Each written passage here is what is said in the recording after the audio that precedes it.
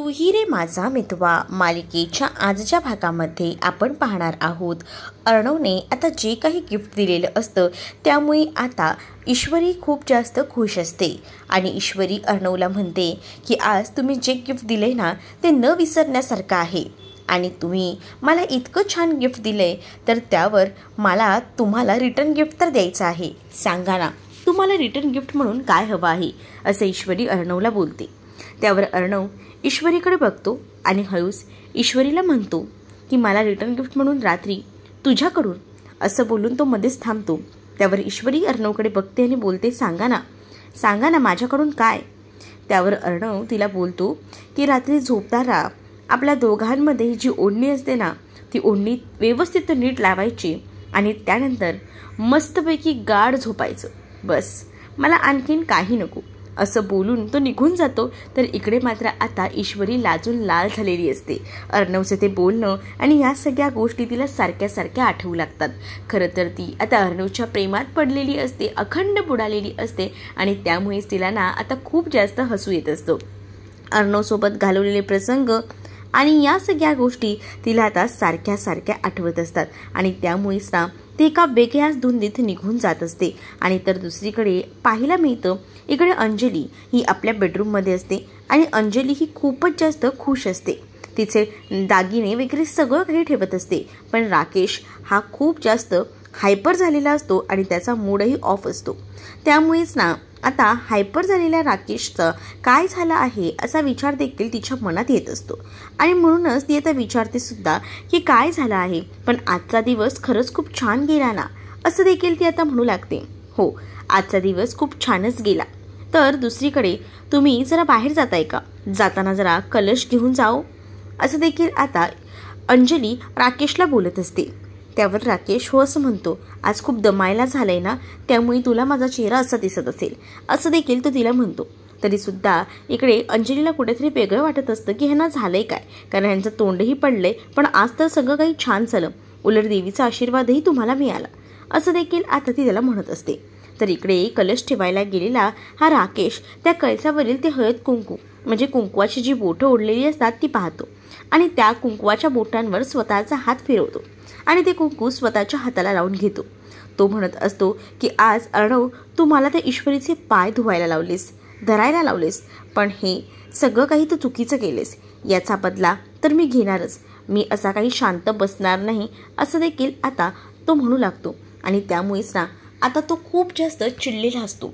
त्याला या सगळ्या गोष्टी करायला लागतात ना म्हणूनच तो भयंकर असा चिडलेला असतानाच आता मात्र तो ठरवतो की काही झालं तरी हिला वटणीवर आणायचंच. ईश्वरी फक्त माझी आहे आणि माझीच राहणार. कालही ती जास्तच बोलत होती असा विचार देखील आता इथे राकेश करत असतो. पण आता त्याला जास्तीत जास्त बदला जो आहे तो मात्र घ्यायचा असतो तो त्या अर्णवचा.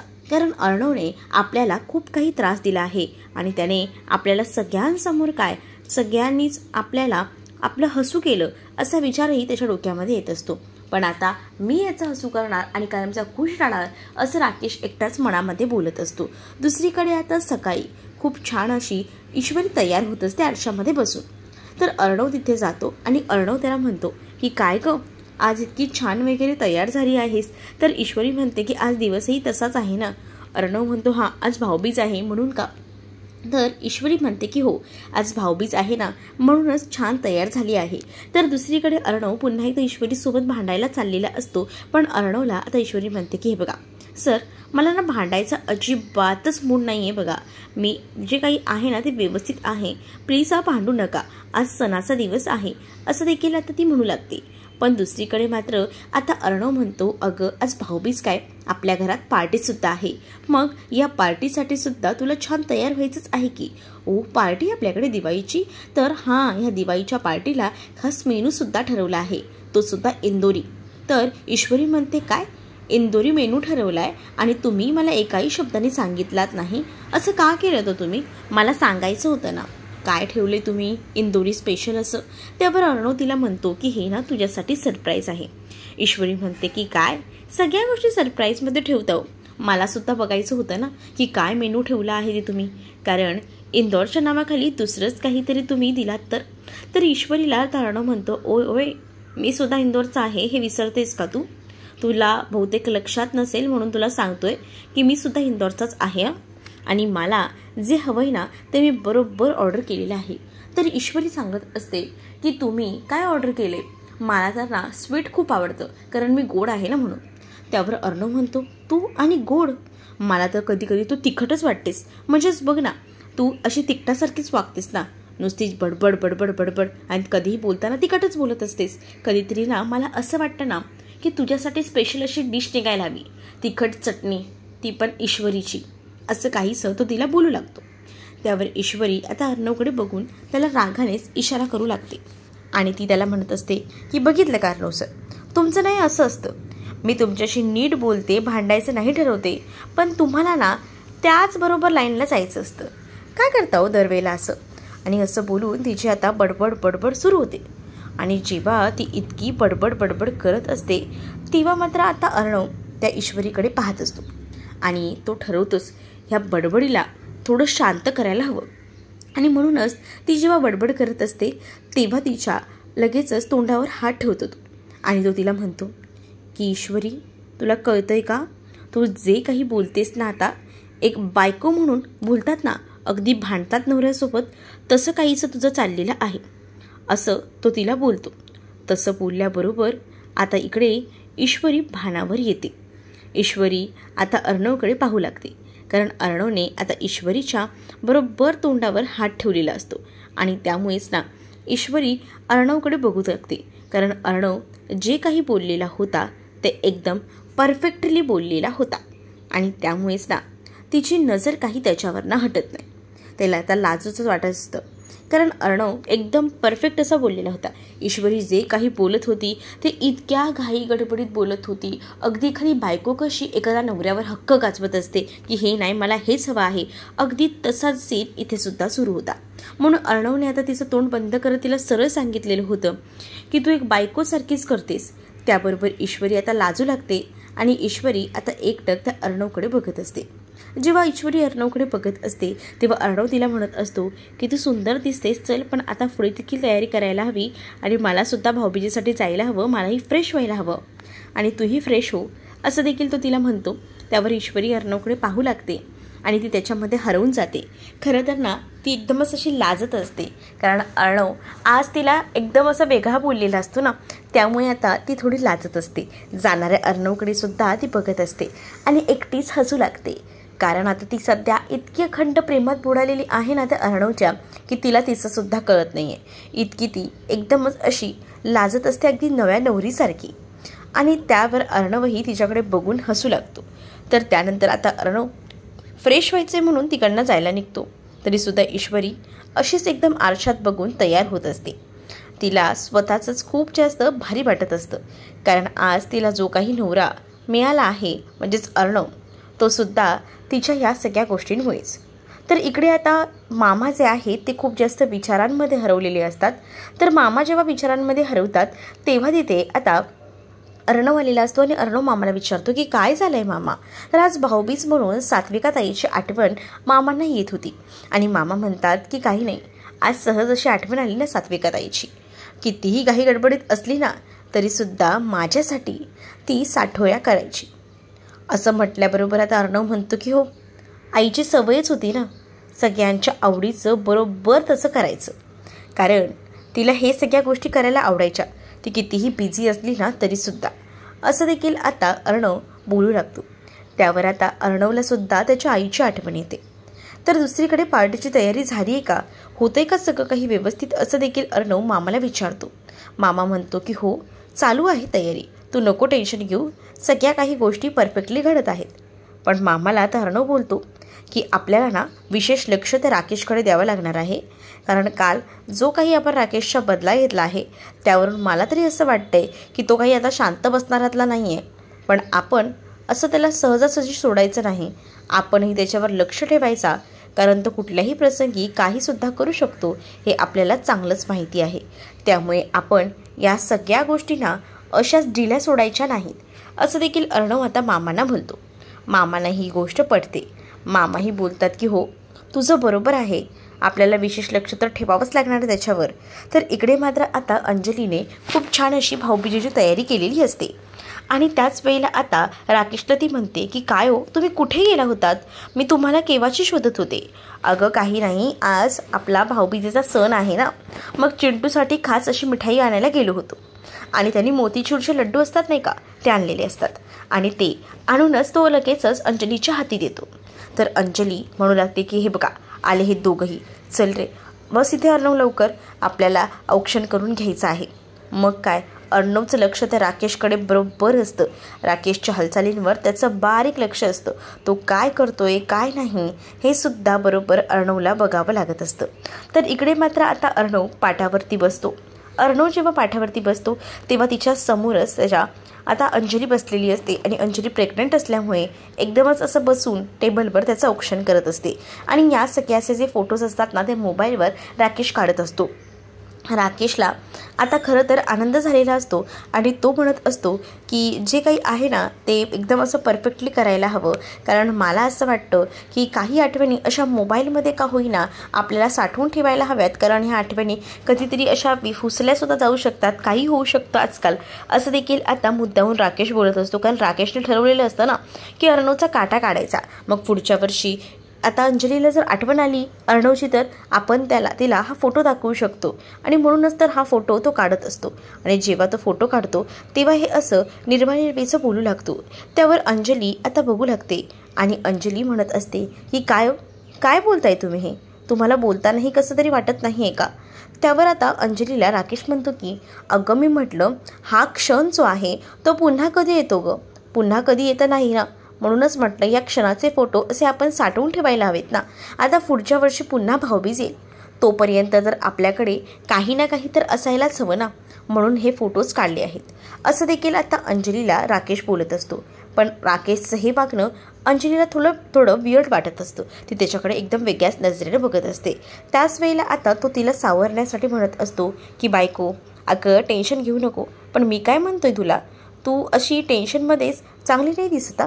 तू पटकन ना मी जी मिठाई आणली आहे ना ती अर्णवला भरव. आता अर्णवला ती मिठाई भरवायला राकेशने सांगितलेलं असतं. तर इकडे मात्र आता अर्णव गिफ्ट देतो. जेव्हा अंजलीला तो गिफ्ट देतो तेव्हा अंजली म्हणते की हे सगळं करायची काहीच गरज नाही आहे. मुळात मी तुला गिफ्ट द्यायला हवं कारण मी तुझ्यापेक्षा मोठी आहे. पण आजपर्यंत चिंटू तू माझ्यासाठीच खूप काही गोष्टी केलेल्या आहेस बघ. म्हणजे मला ज्या गोष्टी हव्या होत्या त्या सगळ्या गोष्टी तू माझ्यासाठी केल्यास. आणि हे सगळं काही तुझ्यामुळे शक्य झालेलं आहे. मला कळतं आहे ना, हे सगळं काही तू परफेक्टली केलंस आणि एक मोठा भाऊ म्हणून माझी सगळी जबाबदारी घेतलीस. खरं तर हे सगळं काम माझं होतं, पण ते सगळं काम तू केलेलं आहेस. म्हणूनच मला तुझा नेहमीच एकदमच गर्व वाटतो, असं देखील अंजली बोलत असते. त्यावर अगं ताई असं नको बोलूस गं प्लीज, मी काहीच नाही केलं. तू माझी बहीण आहेस आणि माझं एक भावाचं कर्तव्य आहे ते मी पार पाडलेलं आहे.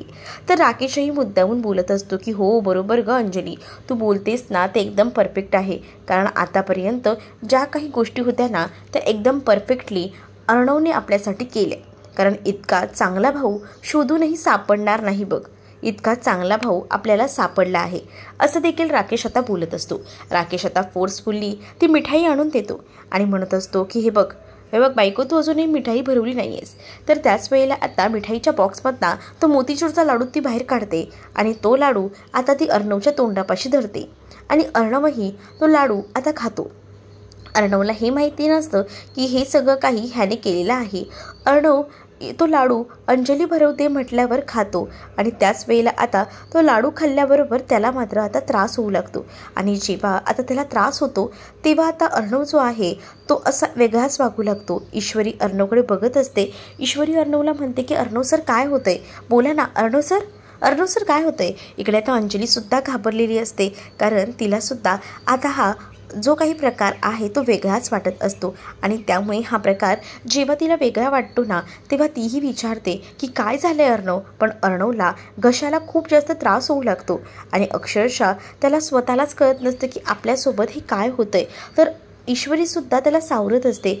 अर्णव सर बोला ना, काय होतं आहे का, बोला, असं बोलून ती त्याला म्हणत असते. तर अर्णवची ही अवस्था झालेली बघून राकेशला मात्र खूपच जास्त मजा येत असते आणि राकेश आता बघत राहतो. तर दुसरीकडे मात्र राकेश जेव्हा हे सगळं काही लांबूनच बघत असतो तेव्हा खरं तर त्याला आनंद झालेला असतो. अंजली आणि ईश्वरी मात्र खूपच जास्त आता घाबरलेल्या असतात आणि त्या आता अर्णवला उठवायचा प्रयत्न करत असतात. खरं तर ना आता अर्णवला उठवायचा प्रयत्न करत असताना ईश्वरी खूप जास्त रडू लागते, कारण तिच्यासाठी हा खूप मोठा धक्का असतो. ज्यावेळेला हे सगळे प्रसंग घडत असतात तेव्हा अंजली ही खूप जास्त रडत असते, अर्णवला उठवायचा प्रयत्न करत असते, पण काही केल्या अर्णव उठत नसतो. पण खरं तर ना आता अर्णव हे जे काही असं पडलेलं आहे ना, हे सगळं काही स्वप्न दाखवण्यात आलेलं आहे आणि ते सुद्धा या मूर्ख राकेशचं. राकेशला असं वाटत असतं की आपली मिठाई दिली तर हे असंच काहीसं घडायला हवं असा विचार तो करत असतो आणि म्हणूनच तर तो खूपच जास्त हायपर आणि एकदमच आनंदी असतो की आपण मिठाई दिल्यानंतर आपल्याला ही अर्णवची अशीच अवस्था करायची आहे. म्हणूनच त्याला मिठाईच्याच नावाने अर्णवला आता खरं तर राकेशने घाबरवलेलं असतं. पण जेव्हा त्याला हे सगळे प्रसंग आठवतात तेव्हा मात्र आता तो पाहतो तर काय, इकडे मात्र आता अर्णव एकदम व्यवस्थित असतो. अर्णवला तो म्हणत असतो की अर्णव, आज तुझ्यासाठी खास ना मी मिठाई आणलेली आहे आणि ही मिठाई बघ बघ जरा खाऊन कशी आहे ती. मग आता अर्णवला कळतं ही मिठाई ह्याने आणली म्हणजे नक्कीच यामध्ये काहीतरी गोळ असणार आहे. म्हणून अर्णवच आता लगेचच अंजलीला म्हणतो की ताई, मी ना आज खूप गोड खाल्ली सध्या, आता मला एवढं नको आहे गोड, मला हवं ना तेव्हा मी हा लाडू खाईन, तू देऊन ठेव, आता मी काही खाऊ शकत नाही हा लाडू. असं देखील आता तो म्हणतो, कारण त्याला वाटलेलं असतं की या लाडवामध्ये नक्कीच काहीतरी ह्याने आणलाय म्हणजे मिक्स केलेलं असणार आहे आणि म्हणूनच अर्णवला हा लाडू नको असतो. मग तो काय बोलणार काय नाही म्हणूनच त्याने आता असं काहीचं कारण दिलेलं असतं. मग आता अंजली त्याच्याकडे बघत असते आणि म्हणत असते की बघ ना, हा आकाश अजून आलेला नाही आहे, खरंच नाही आकाशला ना जरा देखील काहीच कळत नाही. आणि दुसरीकडे मात्र आता अर्णव जो आहे तो सुद्धा आता बघत असतो. तर अंजली जी आहे ना ती पटकनच बाहेर जायला निघते, कारण तिला माहिती आहे की अजूनही जो आहे तो आकाश आलेला नाही आहे. एकदमच दोघांनाही औक्षण करून घ्यायचं असं तिने ठरवलेलं होतं. मग ती म्हणते की अजून आला नाही आहे, मलाच आता जाऊन बघावं लागेल. आणि असं बोलूनच ना ती औक्षणाचं ताट तिथेच ठेवते आणि पटकनच ना आकाशला म्हणून बघायला बाहेर जाते. आकाशला जेव्हा ती बघायला बाहेर जाते तेव्हा अर्णव तिथेच पाटावर बसलेला असतो. त्या संधीचा फायदा जो आहे तो आता इकडे राकेश घेतो आणि राकेश म्हणतो की काय चिंटू, तुला मिठाई खायला काय झाली होती? तुला वाटलं की त्या मिठाईत काही मिक्स केलेलं आहे का? अरे एवढं वाटलं ना तेच माझ्यासाठी खूप आहे. म्हणजे तू आता मला घाबरायला लागलेला आहेस, तर तुला असं वाटलं की काहीतरी मिक्स करून मी दिलेलं असणार आहे. पण एवढीच भीती आपल्यासाठी काफी आहे, म्हणजे तू घाबरलास ना हेच माझ्यासाठी भरपूर आहे. मी काहीही त्याच्यामध्ये मिक्स केलेलं नाही. आणि असं बोलून ना त्याच्यासमोर तो मुद्दामून तो लाडू खाऊन दाखवतो आणि जेव्हा तो लाडू तो खाऊन दाखवतो ना तेव्हा मात्र आता अर्णव त्याच्याकडे पाहत असतो. अर्णव आणि ईश्वरीला खरं तर ना या राकेशच्या वागण्याचा प्रचंड असा राग येत असतो. विचित्र वागत असतो तो आणि हसून देखील पाहू लागतो. पण आता राकेशने अर्णवचा काटा काढायचं ठरवलेलं आहे, म्हणूनच तर या लाडूमध्ये त्याने आता काही मिक्स केलेलं नसतं. कारण या लाडूमध्ये मिक्स केलं तर राकेशवरच डाऊट येणार, कारण राकेशने मिठाई आणलेली आहे ना, पण हे त्याला दाखवायचं नसतं आणि म्हणूनच का होईना तो आता शांत असतो. मात्र आता त्याच्याकडे बघत असते आणि ईश्वरीला ह्या नालायक माणसाचा खूपच जास्त राग आलेला असतो आणि ती त्याच्याकडे एका वेगळ्याच नजरेनं पाहत असते. पण तो मात्र लाडू खाऊन एकदम जोरजोरात हसत असतो, जसं की काही झालेलंच नाही आहे आणि सगळं काही त्याच्या मनासारखं होतंय हेच काहीचे फिलिंग त्याच्या डोळ्यात सगळं काही स्पष्ट दिसत असतं. आणि म्हणूनच अर्णवला जे आहे ना ते खूप जास्त राग येत असतो. अर्णव त्याच्याकडे पाहू लागतो. तर इकडे मात्र आता जेव्हा हे सगळे प्रसंग घडत असतात तेव्हा मात्र आता अर्णवला माहिती असतं की हा माणूस काय आहे आणि काय काय करू शकतो ते. कारण आज पार्टीसुद्धा आहे आणि ह्या पार्टीसुद्धा नक्कीच काही ना काही गोंधळ घालू शकतो हे सुद्धा अर्णवला माहिती आहे. म्हणूनच अर्णव तर आता ह्याच्यावर एकदम बारीक लक्ष ठेवायचं असंच तो ठरवत असतो आणि म्हणूनच तर त्याच्याकडे तो एकटक बघत असतो. अर्णवला तो म्हणतो की काय झालं, चला आता हे भाऊबीजेचा प्रोग्राम तर झाला, मी येतो हां, असं बोलूनच तो आता बाहेर जातो. आणि जेव्हा तो आता बाहेर जातो तेव्हा मात्र आता अर्णव आणि ईश्वरी हे दोघंही जण एकमेकांकडे पाहत असतात. आणि जेव्हा दोघंही जण एकमेकांकडे पाहतात तेव्हा मात्र आता ईश्वरी अर्णवला म्हणते की सर काय झालं, नका टेन्शन घेऊ, काही होणार नाही आहे. आता अर्णव बाहेर जातो आणि मामा टेन्शनमध्ये असतो. मामाला विचारतो की मामा काय झालं आहे सांग ना, इतका हायपर का झाला आहेस तू.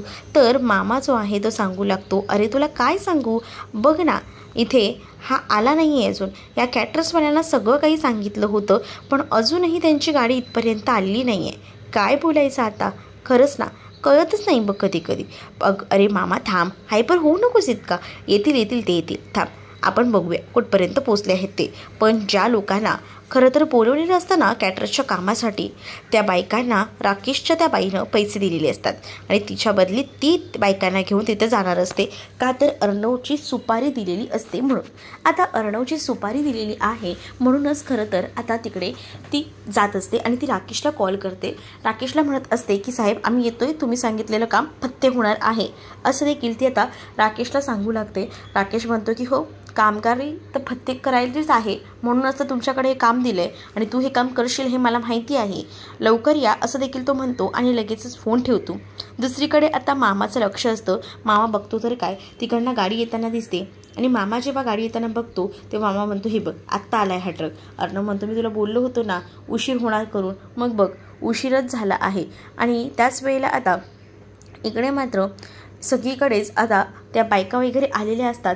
त्यावर त्यांना मामा म्हणत असतो की किती आम्ही वाट बघतोय तुमची, असं चिडूनच बोलतो. त्यावर मामा आला, अर्णव आता शांत करत असतो. पण ती बाईला जी राकेशने सुपारी देऊन बोलवली असते ती भयंकर चिडलेली असते आणि ती म्हणत असते की इथे जर राकेश असला असता ना तर चांगलाच ना ह्याची वाट लावली असती, वरातच काढली असती या माणसाची, इतका माझ्याशी बोलतोय ना, चला सामान काढायला घ्या.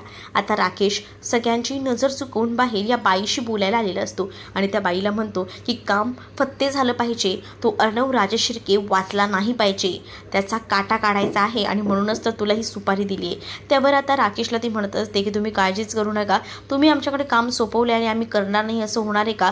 आज त्या अर्णव राज्याध्यक्षता लास्टचा दिवस असेल असंच तुम्ही समजा, कारण तुम्ही आमच्याकडे जबाबदारी दिलेली आहे तर ही जबाबदारी मी पार पाडणारच असं देखील आता म्हटलं जात असतं.